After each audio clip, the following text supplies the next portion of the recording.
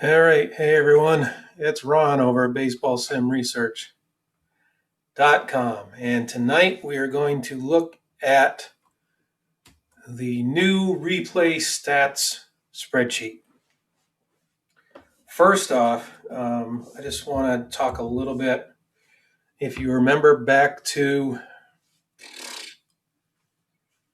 the video with the box score tab, there were some options to export the game stats home and game stats viz to CSV files. There was an option to PDF the box score, to PDF the score sheet, and to PDF the play-by-play. I changed the PDF of the play-by-play a little bit because it was truncating some of the lines, and even I didn't really even like the alignment when I could auto fit the rows because it looked ugly when it wrapped around. So I'm changing that to landscape. That'll be in the final version, hopefully this week. I know I missed my hopefully on vacation deadline, but hopefully on my first week back from vacation, we will get this rolled out. The second thing is on those exports, right? Those exports are there to help you if you want to save stuff. You don't have to export them. The one that I would recommend you always have clicked on is export stats to CSV. The reason I recommend that is eventually I'm going to have a version of the replay stats spreadsheet that will allow you to import all of those CSV files, because inevitably somebody is going to screw up their replay stats files. One of the things that I'm going to add before we go live is I'm going to have a prompt which says make a backup of your current stats file. So you'll have all these stats files backed up if you want. We will eventually be able to import the CSV files to recreate the stats spreadsheet.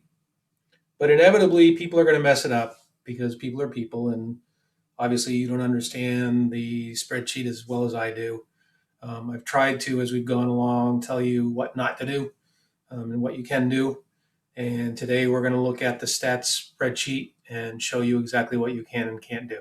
So first off, there are 3 new tabs: team stats, league leaders, and standings. Woohoo! Basically a complete stats package. I will explain to you in this video how to update all of them. Each team gets imported based on the rosters tab. The table in the upper left-hand corner that's yellow will show you the city names. I got to deal with the whole St. Louis thing because sometimes it's ST period space Louis. Sometimes it's ST space Louis. So I'm going to try to make sure that they're all ST space Louis so that everything works out, because those periods can be a pain in the you-know-what. So anyway, you end up with one tab for each of the teams that you're tracking in your replay. When you click on Compile Stats from the Box Score tab in the board reader and you point that application to this file, it will create the tab if it needs to. It will copy the data into it, etc. It has support for up to 100 players and 50 pitchers. The board reader has support for up to a total of 100 players per team. So hopefully the way things are going, we'll be able to get through at least 2 more years out of this before we have to expand it to 200. But anyway, again, as always, started my 1982 American League replay with Kansas City and Baltimore in Baltimore. The Orioles beat the Royals 10-3, apparently. Looks like it. All right. I have told you time and time and time again, don't edit formulas. And the first thing I'm going to show you today is how to edit a formula. So this is basically the only formula, unless I've told you you can touch another one that you should touch. The team name comes in as just the city name and just the city name. Those city names will be used over here on the standings tab. And there will be an abbreviation. There is a hidden worksheet tab, worksheet, whatever it is, that shows abbreviations, the pitcher stats and the batter stats. I'm going to show you why I have all these in here in a second. And it has the year, because the year is important. The first time that you compile stats into a new spreadsheet, it will use that from the rosters tab, cell A5, which tells it the year. It will put that year in there. And based on that year, it's going to create American League and National League standings based on the team alignment for that particular year. Fingers crossed. I'm hoping. I got to test all the code. I wrote it this afternoon during my lunch hour, so hopefully I wrote it right. So we've got one lousy game, and that's it. It's really not a good example to show you team stats, league leaders, and standings, but I'm going to do it anyway. And I have made a sacrifice to the demo gods, so hopefully everything goes fine. All right, first thing you can do, you can go up here into this formula, and after it says city name, you can click up here and add the nickname if you want to. Orioles. Make sure you add it right where I showed it. Don't get rid of the parentheses. Don't get rid of anything else in the formula. Don't change anything else in that formula except adding the team nickname if you want. You don't have to. But we just did. All right. Team stats. You can update the team stats. What it will actually do is every single time it clears out and hides all the rows, so it ends up right back to this. Then it does the same thing of adding all the teams. It's only going to add the teams that you've already got games for. It's not going to add the teams that haven't played yet, versus the standings, which will add the teams that haven't played yet. To update the team stats, you can double click on this cell up here that says whatever NPNG plus replay team stats. I'd highly recommend when you do this for yourself, you replace the squiggly whatever squiggly with, for example, 1979 or 1982. Okay. You double click on that cell and it'll populate this entire table. I'm not going to do it right now because I'm going to show you another way to do it. Standings, same thing. You can come up here, you can double click on this and it will only update the standings. It won't update any other tabs. So team stats and standings, if you just want to update those, you double click on the header and it will update them. League leaders. If you double click on this league leaders, it will update all three tabs: team stats, league leaders, standings. Okay. So if you were me, I just go and double click this. Now, I want to talk a little bit about one bug that we have in the board reader. The way that it is set up, it is looking for changes in tabs of the workbook, on the individual worksheets. Because of that, if you have other spreadsheets open, when you're running the board reader, it will slow down the board reader. There is a workaround, and I've actually implemented it here for the stats package because I know what the stats package is doing, and I know that it's not going to break anything. I don't know that same fix will work in the board reader, because it disables events, it disables calculations, it disables a bunch of stuff. And I'm not convinced that that's safe to do the way all the code is written in the board reader. So we're not going to enable that fix. So when you're running the board reader, you will get the best performance if you have no other spreadsheets open, right? Not the case with the card stats. You can have others open, whatever. Here's the kicker, as they say. Over here, there's a drop-down list, which league. You can either do the senior circuit, which is the National League, the junior circuit, which is the American League, or both, which is an asterisk, okay? Since this is only Baltimore and Kansas City American League, I'm actually going to show you what happens when you choose the senior circuit. I'm going to double-click this. It's going to do some stuff, and it says team stats and league leaders updated. I need to update that because the standings is also updated. You'll notice that there's no league leaders here. Why? Because we told it to do a league that has no stats. However, Team stats is updated. And the reason that I added the nicknames is because otherwise this will say Baltimore, this will say Kansas City. Because we can't sort these tables by team name, you need to put the spreadsheets in the order that you want them to appear in that team stats. So if I want things to appear alphabetically and by league, I put all my junior circuit, then my senior circuit, or vice versa. Okay. But whatever order they appear here will be the order that they appear in the team stats. All right. So me, I'm more attentive. I'm going to do it alphabetical, first by league and then alphabetical. So boom, Baltimore, Kansas City.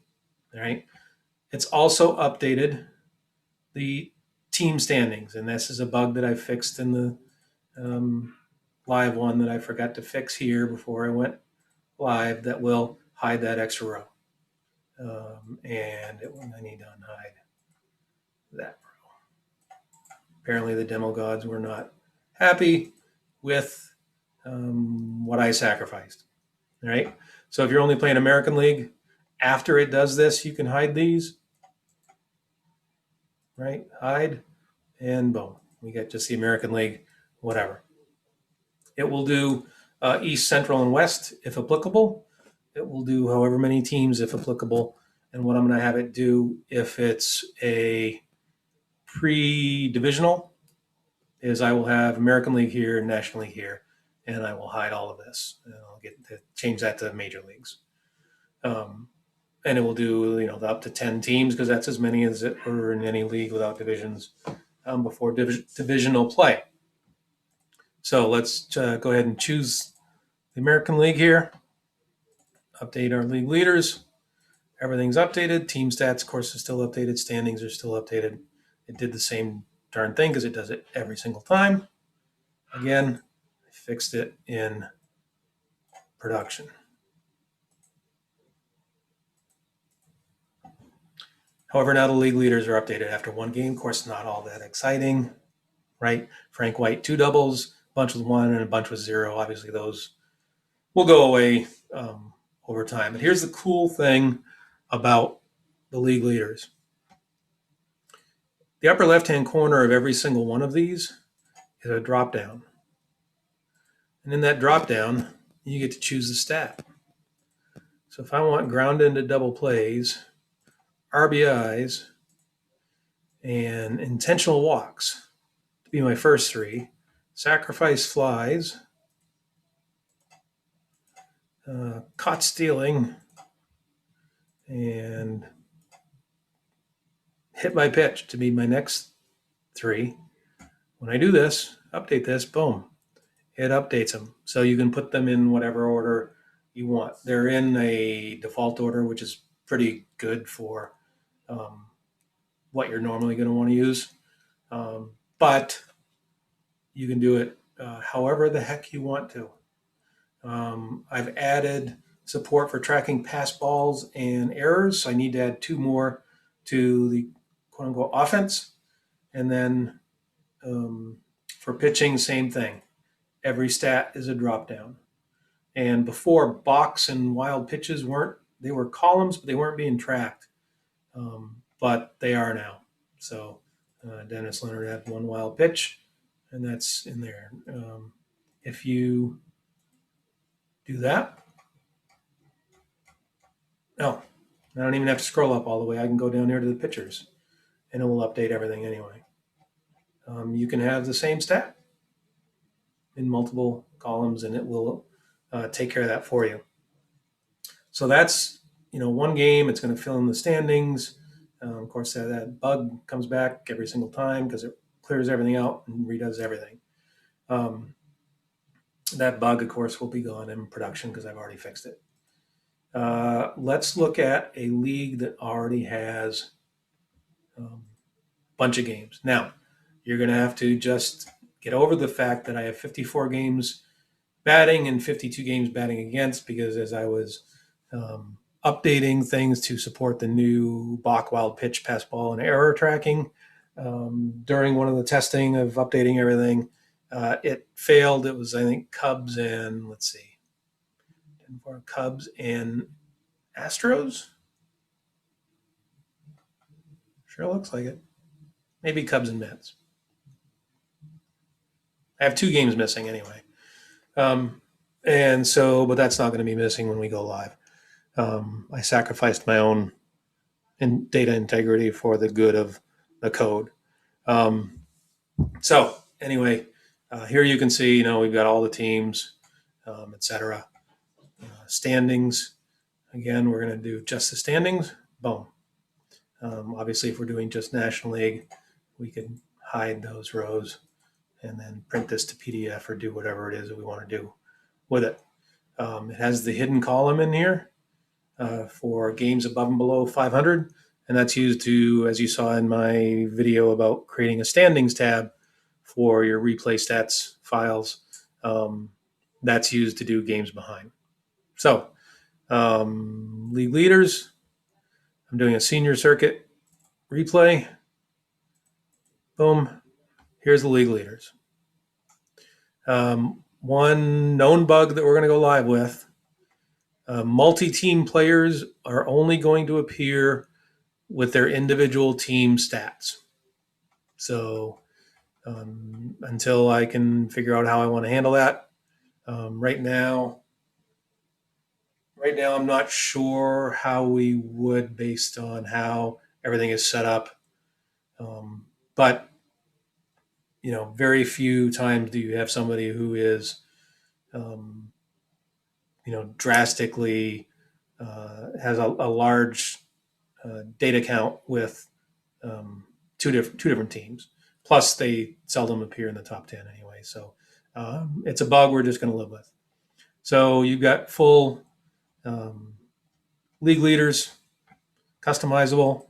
You've got full standings, right? Which are, so they're not customizable. But what you can do, and the first 26 rows of this, don't touch. Don't insert rows, don't delete rows. Change this if you want, change this if you want. So row 1, row 2, and row 15, you can name them whatever you want. Everything else is going to fill in automatically, and it's going to change every single time the code gets run. So it's not going to do you any good to change anything. And if you insert or delete rows in here, it's going to bork up everything. So please don't do it. Same with league leaders. Don't edit anything on this except for, this up here, which is going to say whatever NPNG plus replay league leaders. You can edit that. Leave everything else alone. Otherwise, it'll break. Same thing here. With teams, it's set up to support 50 teams.